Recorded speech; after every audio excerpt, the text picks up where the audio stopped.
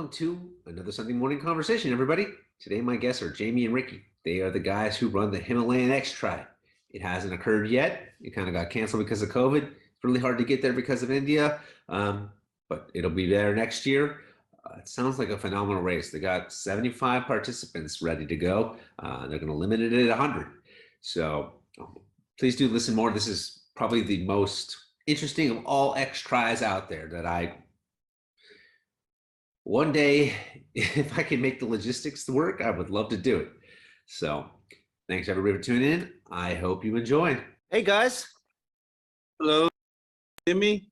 Hello, yeah, it wasn't showing anybody in the waiting room. Oh, I was there. Yeah, dude, Ricky's picture is amazing. Those mountains are beautiful. Yeah, that was before the lockdown. Now, which one are you using in Nepal right now? This is Ricky. Ricky, you're in Nepal. Okay. Now that's where you live, like full time, permanently, right? Yeah, I'm from Nepal and have been here since in the mountains. Okay, can you hear me? Yeah. Yes, I can. Yeah. Okay, cool, right. Oh, wow. I have. Are there any other triathlons in Nepal? Are you the first? Like, I never really would ever thought of a country like that having a triathlon. No, it is.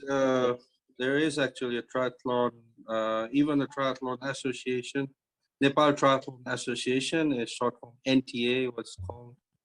And they do this South Asian Games of triathlon.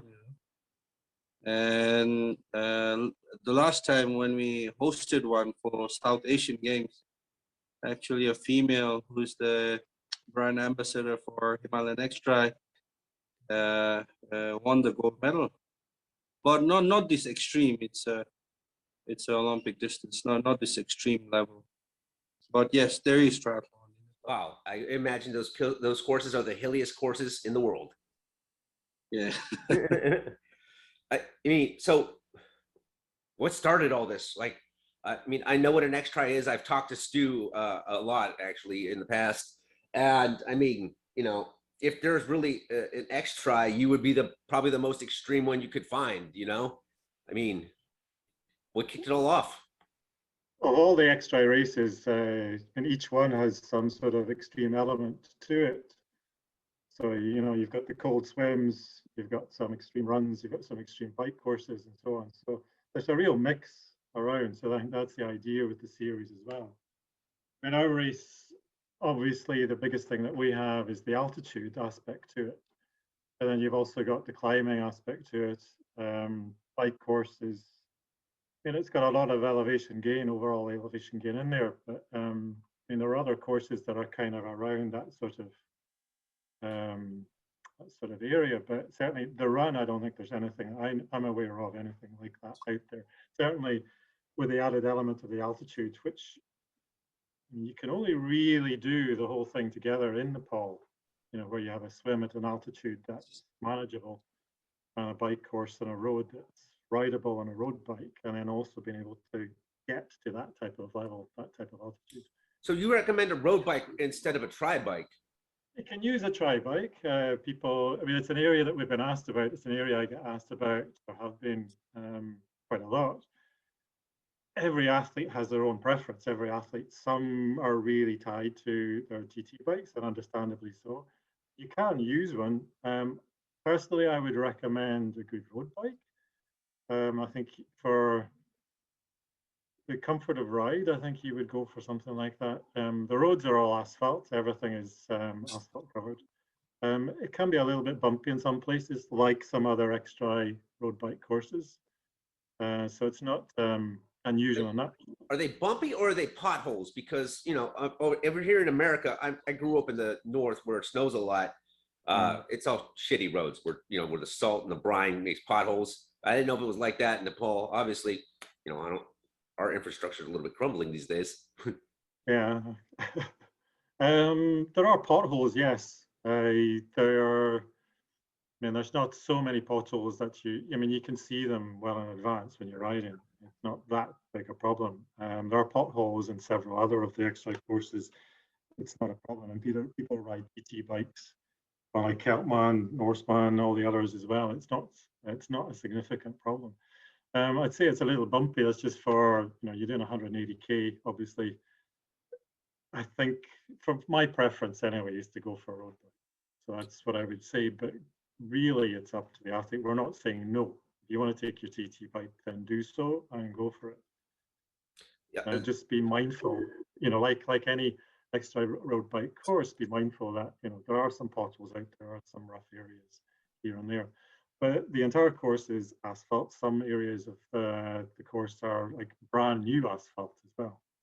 Oh, that's nice. So what is the actual elevation gain for the bike course? Around, we're looking at around 5,000 meters for the overall elevation gain on the bike course. Okay, so that's probably like 12,000, 13,000 feet, I guess. So, all right.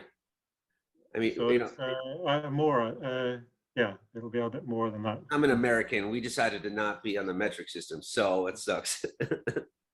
So I'm probably pretty close on my guess.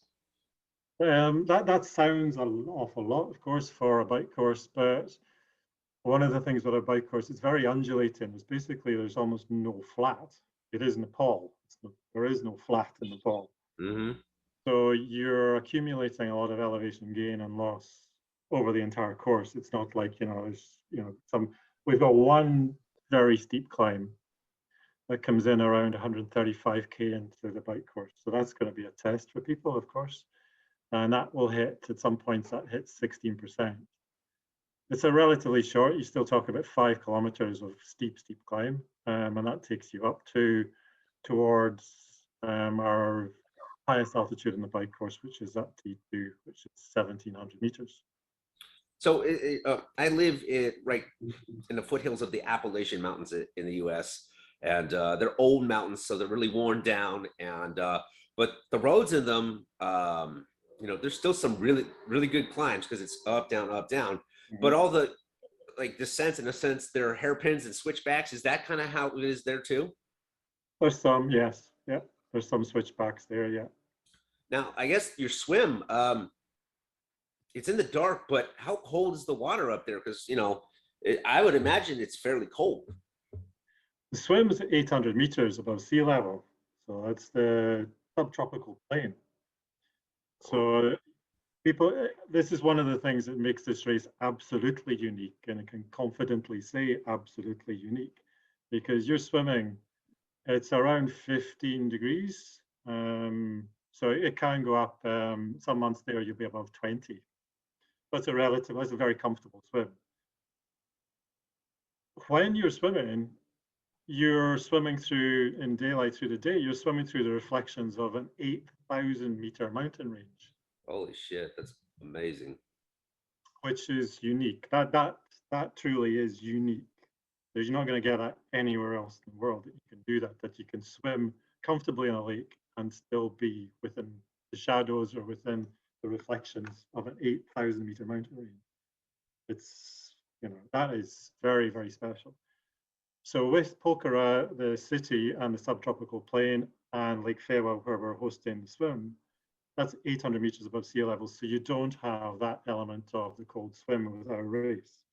People will think and assume, because we're in the Himalayas, that that's one of the first things you're going to experience. But you look a little deeper, you'll see that's actually not what you'll actually get with us. But it's a relatively comfortable swim, but yes, we're also starting the swim. The swim will start in the dark and it will finish for even the fastest swimmer will still come out it'll be enough daylight that you'll see where you're going. It's just on the turn of dawn. Wow, that really is quite extraordinary. You don't even need a wetsuit for that, do you? You don't need a wetsuit. For we're in May, so the temperature, it can vary, so it depends. A week or two before the race, obviously, we'll be handing out as much information as possible. It might drop as low as 15, 14. it's going to take, I mean, there'll be updates closer to race dates, because there's some things that can happen where if you've got a lot of snow melt coming down from the higher mountains, that can change the temperature of the lake a bit.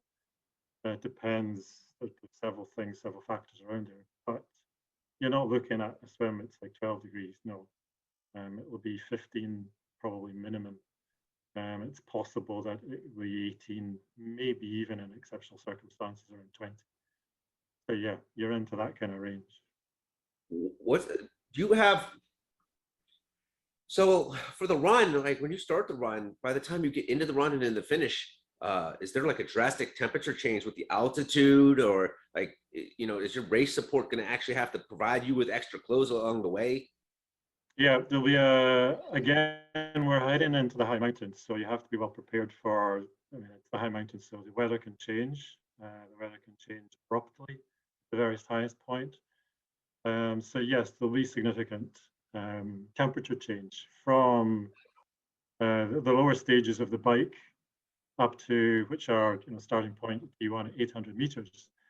Bike course finishes at 1700 meters above sea level, so there's a bit of a change there, but then you will be into, as you progress for the first 21 kilometers of the run, so basically the first half of the run is continuous uphill.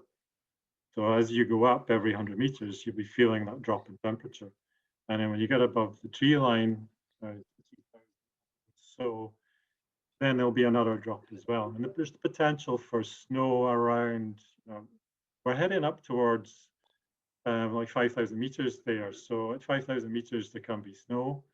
At 4,000 meters, it's unlikely there'll be snow, very unlikely, but it is possible, and that will be adapted on race day if necessary. So you're into that kind of range, and you're going to be above the cloud level as well.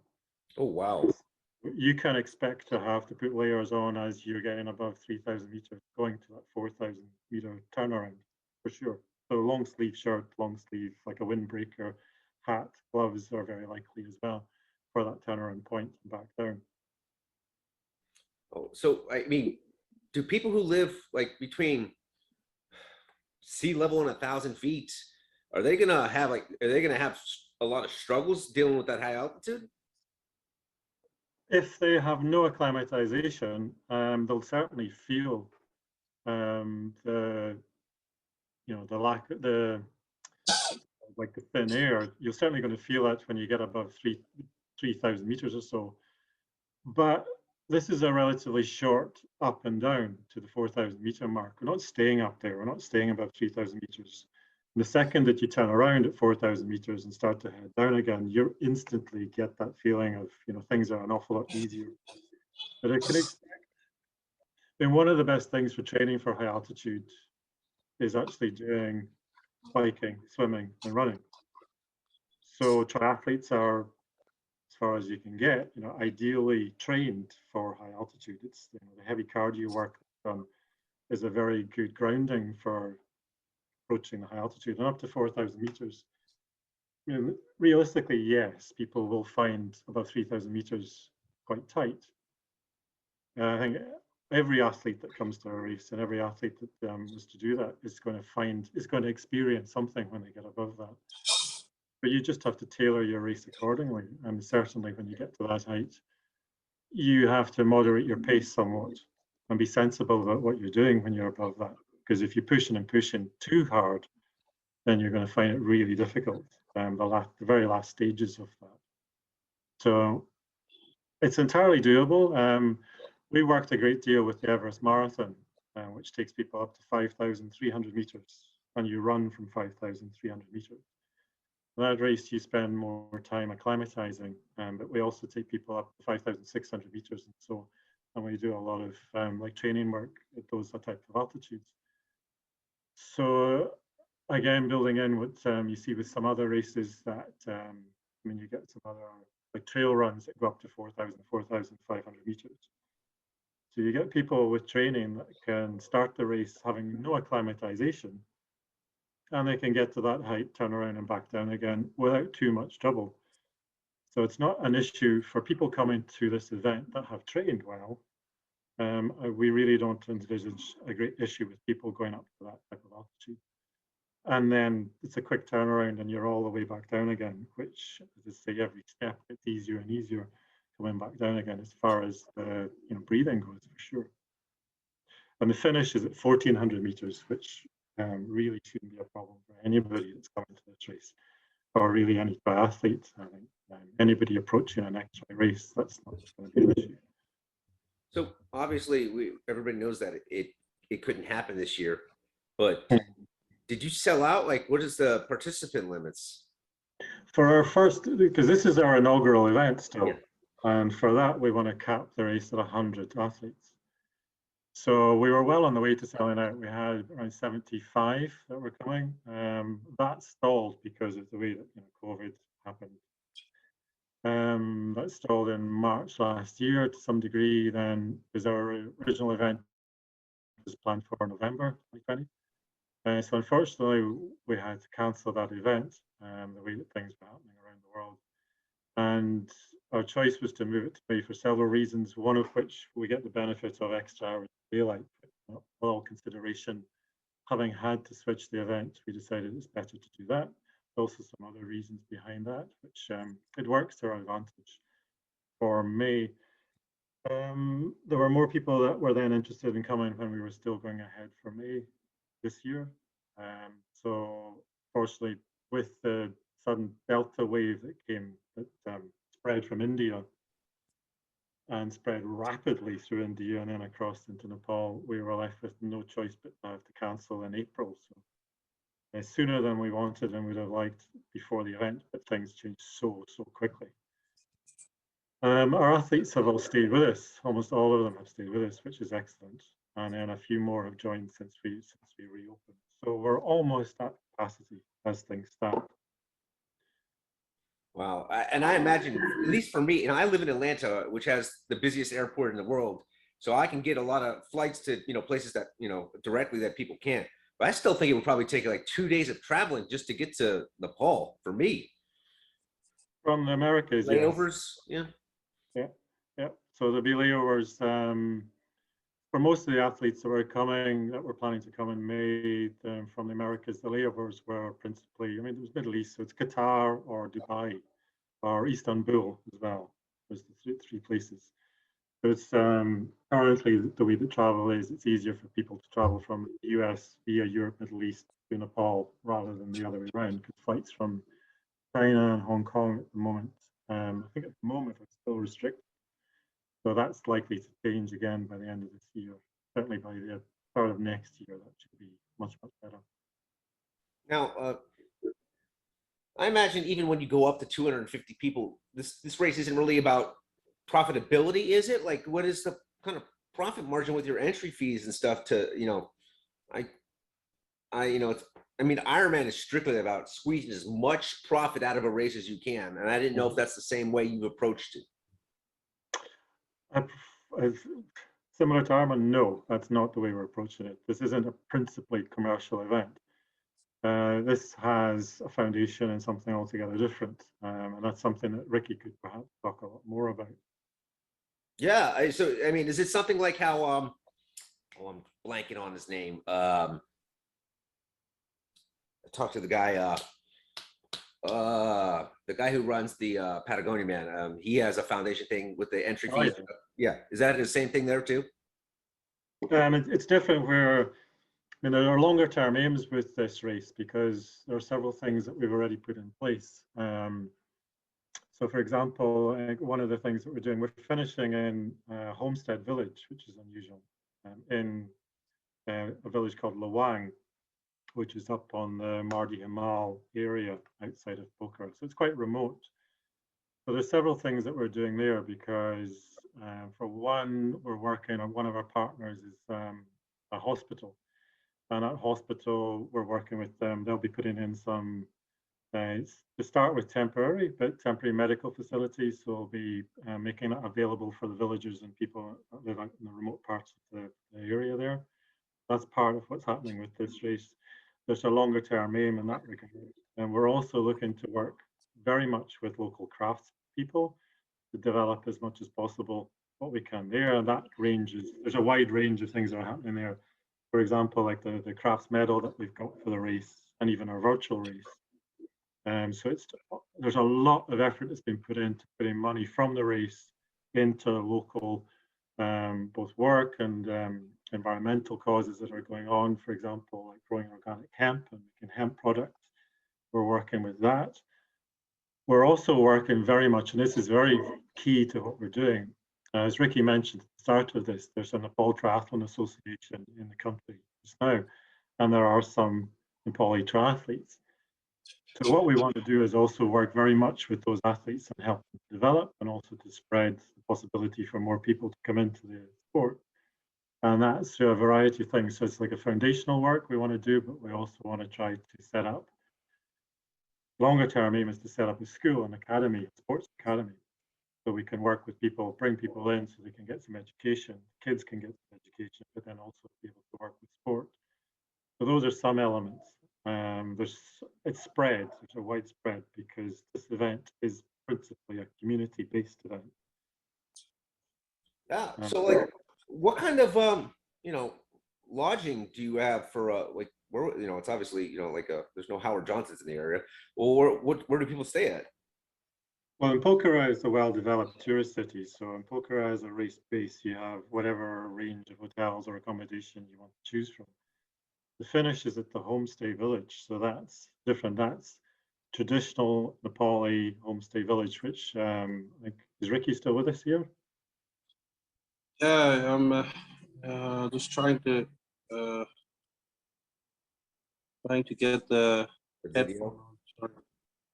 It's okay. It's all right. Oh, the picture is probably better than your video anyway. I get to look at the mountains. Well, when Ricky comes back, I think he would be better to talk about what's available at Lawang. Well, I definitely want to hear about the foundation aspect of it. That's definitely something I didn't really know about before talking to you guys. It's something that was right at the very foundation of putting this race together. So it's something that we're both very passionate about, and something that will remain key and will remain a central part of what this event is about. So it's very much about putting back into the community as much as we can. We couldn't do this event. This event just would never happen if it wasn't for the community support that we can get. So we have like the local guides that we work in as volunteers across the mountain, across the whole run course, but then also through the run, through the bike course. So it's also, we want to engage and involve as many of the local people there as possible. So this isn't just an international event that arrives, does its thing, and then disappears, which has happened in some cases before in some places. We can well know about some things like that. This is definitely not what we're going to do. We're here to put back as much as we possibly can. And it's important for when the athletes had come, we want to be able to offer them the opportunity, if they wish, to engage more with the local community as well, so that they get the chance to experience, real Nepali hospitality as well. But something that, there has to be an overall approach to a race like this. You don't just turn up, put on a big international event, and really not leave anything behind. This has to be much more engaging. And as I say, there's a variety of angles that we're pursuing with this. And certainly one of them is also trying to develop Nepali athletes as much as possible and to help as much as possible. And so that's what we're doing. And we're also, we're working closely with the Nepali Triathlon Association as well. So we have their full support as well, because we're happy about that. We like to try to, keep things, spread things as much as possible. That's great. So what's the food like in the area? I'm not, I wasn't quite sure if you had like stuff. I imagine there's stuff of different types of cuisine that come from, like, I don't know if you have like a Mexican joint around there or not, but I don't know what there is to eat in the area. Well, once you try Nepali food, you won't be looking for Mexican again. But this is Ricky's area. Overall, yeah. Okay, let's hear it, Ricky. What do you got for me? Ricky's back, so yeah, I'll shut up. Yeah. It's, in Nepal, since it's a touristic destination from, many years ago, from even the 70s, people used to come. So, because of that, the food scene or the culture over here has been catered for the tourist, as well as the Nepali food is put in it. Like Nepali staple food is rice, lentil, uh, uh, veg curry or meat, in the rice, and and you'd be surprised you could find a Mexican or a Italian or anything actually in the city areas. But once you are up in the mountains, you try to more engage in the local kind of staple food like the rice and even spaghetti you can find in the trekking areas or soup and things like that. Okay. It's a high on carb and protein, things like that in the mountains. Mostly carb. That sounds pretty simple. I was wondering if it was going to be kind of, I want to call it weird, but different stuff than I'm normally eating. It sounds like stuff that, I've had before or I eat on a regular basis. So that's kind of nice to know. Mm. Yeah, but yeah, even if it's the same, but once you are here and the taste bud will find it a bit different. Although it's the same kind of thing because over here the spices and everything is probably a bit different, I'd say. Okay. There's a main dish called dal bat, and it's called dal bat power. And when Yeah. you're out, for any kind of performance, it's like in Nepal for you hiking in the mountains, then for the energy levels that you need for that, it's applicable to what we're doing with the triathlon. And Dalbat is an extremely good fuel for powering you through the type of race that we're doing. For the biking and the running, particularly, I've used that, and it's good. It's very, apart from it being like really tasty, it's also very good in the stomach and settling, and you can still, I mean, it's good fuel. So I would, everything I've ever done in the mountains, I prefer to eat locally. I prefer to eat the likes of dalbat or noodle soup that you can get in abundance around the area. Much prefer it to any gels or any of the more Western type of foods that we use for these types of events. Okay. The last thing I was going to ask you is, um, tell me something that really would surprise people who are going to do this about this race that they wouldn't think of or wouldn't imagine. What is some huge unknown fact that will kind of blow your mind? For me, Uh, go You for it, both can Ricky. you go first? Ricky first. Uh, You go. all right. The, the main surprising fact for all the people who will be coming here to do the extra would be uh, would be the people, I would say, because like join a race or event, and this is the culture and things like that. So when people are here, they're more pumped up in doing the event, doing the extreme stuff, doing the swimming, the cycling, the running, and after the adventure is all over, then when you look back and mesmerize, it's all about they will take back how the hospitality and how even in the uh, even in the darkest, or the most small things that people have over here, they would always greet you with a smile and the hospitality. So I'm there 100%. It's the people that they will be very surprised about, I think. Okay. I'd What have about to you, echo Jamie? what Ricky just said. That's if you're talking about what will surprise you the most about this event. I think people they'll be prepared for the type of course that they're going to experience. They'll be able to imagine at least what they're going to experience. It'll still blow them away when they do some parts of the course. When you're on the bike course and you can see Machu Picchu, like a fishtail mountain ahead of you for long distance on the bike, when you're cycling back towards Poker, you can see that, and you can see the turnaround point that you're going to go to on the run. And then when you're on the run and you're in front of a curtain of an 8,000 meter mountain range, three of the highest 14 mountains in the world, plus this iconic mountain right in front of you, that will surprise you no matter how prepared you are. But I would still echo what Ricky's just said. The people are the surprise. The people are the thing that will really, I think, will touch a lot of people. It's certainly when I'm like riding the bike course, you go through quite a few small villages, and the thing that always gets me is the kids that are around, and the kids are just fascinated. So the kids are calling out Namaste to you as you ride through. You can't help but lift your head from the tarmac and just kind of see people around you and the colors around you and how friendly people are. Especially the kids are the thing that sticks in my mind from riding around that course. Is just, you know, kids calling out, you know, where are you from? Where are you going? Like seeing somebody on a bike cycling past. Not that usual there yet. It's going to happen. And just genuinely very engaging and very friendly. It's something that other communities have, but it's something that I've found in Nepal especially is very, very special. It sounds fantastic, guys. We think it is. We're desperate to get this first event through, so we're all praying that we can get through things next year. It's looking much better for next year, so we're hopeful.